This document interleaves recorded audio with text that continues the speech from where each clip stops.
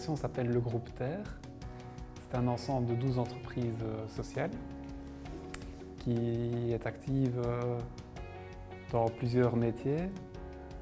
On a le recyclage, on a aussi les métiers de la construction, on a aussi le soutien à des projets dans le sud. Ça peut être le Mali, le Sénégal, le Burkina Faso, le Pérou.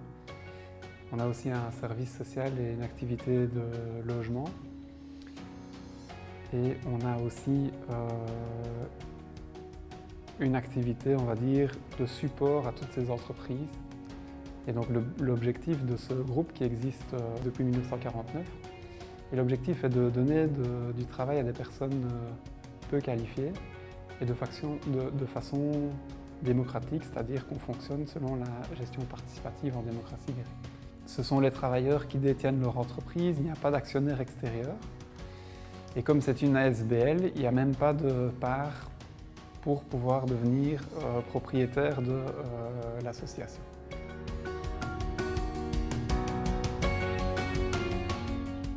Il n'y a qu'une seule assemblée générale pour l'ensemble du groupe et c'est cette assemblée générale qui va prendre des décisions stratégiques et qui va élire les conseils d'administration des 12 entreprises dans le groupe. Comme on travaille avec des personnes en insertion, on peut se demander comment c'est possible d'avoir une entreprise qui travaille avec des personnes très éloignées du marché du travail. Eh bien, pour cela, on a mis en place en interne dans l'entreprise une série de réunions. Ça fait partie de ce que nous on appelle un cycle d'éducation permanente. Et le but est d'abord de donner à tous les travailleurs toutes les informations nécessaires à la compréhension des enjeux, à l'état des lieux des différentes entreprises. Et pour cela, donc, on fait une réunion par mois. Et enfin, on termine le cycle des réunions collectives avec ce que nous on appelle la grande réunion, qui est une réunion qui a lieu une fois par an et où tous les travailleurs de l'entreprise ils vont faire le point sur la manière dont l'entreprise a été gérée et sur quels sont ses défis pour demain et comment sont implémentées les politiques décidées par l'Assemblée générale. Le travailleur qui le souhaite peut décider de s'investir. Il y a des travailleurs qui vont décider de s'investir de suite parce que ça fait partie pour eux de quelque chose d'important que de donner leur avis dans une Assemblée générale. Il y a des travailleurs qui ne s'investiront jamais.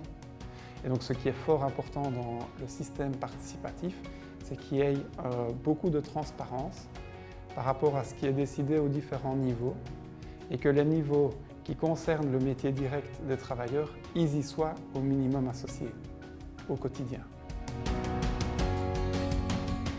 On est convaincu que tous les travailleurs ont des capacités pour gouverner leur entreprise. On est convaincu aussi que la formation et la pratique va renforcer les capacités de ces travailleurs à pouvoir gouverner leur entreprise. C'est en mettant les gens un maximum autour de la table qu'on est sûr que tous les intérêts sont défendus.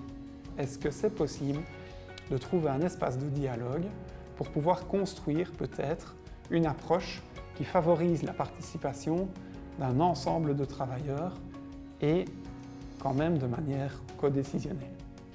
Et lorsque nous avons construit cette politique transversale, c'était un chantier participatif. Au lieu de se dire on va adopter une politique de GRH qui existe dans un livre ou dans une autre entreprise, on s'est dit mais non, la gestion des ressources humaines c'est réellement une politique, donc on peut en faire ce que l'on souhaite.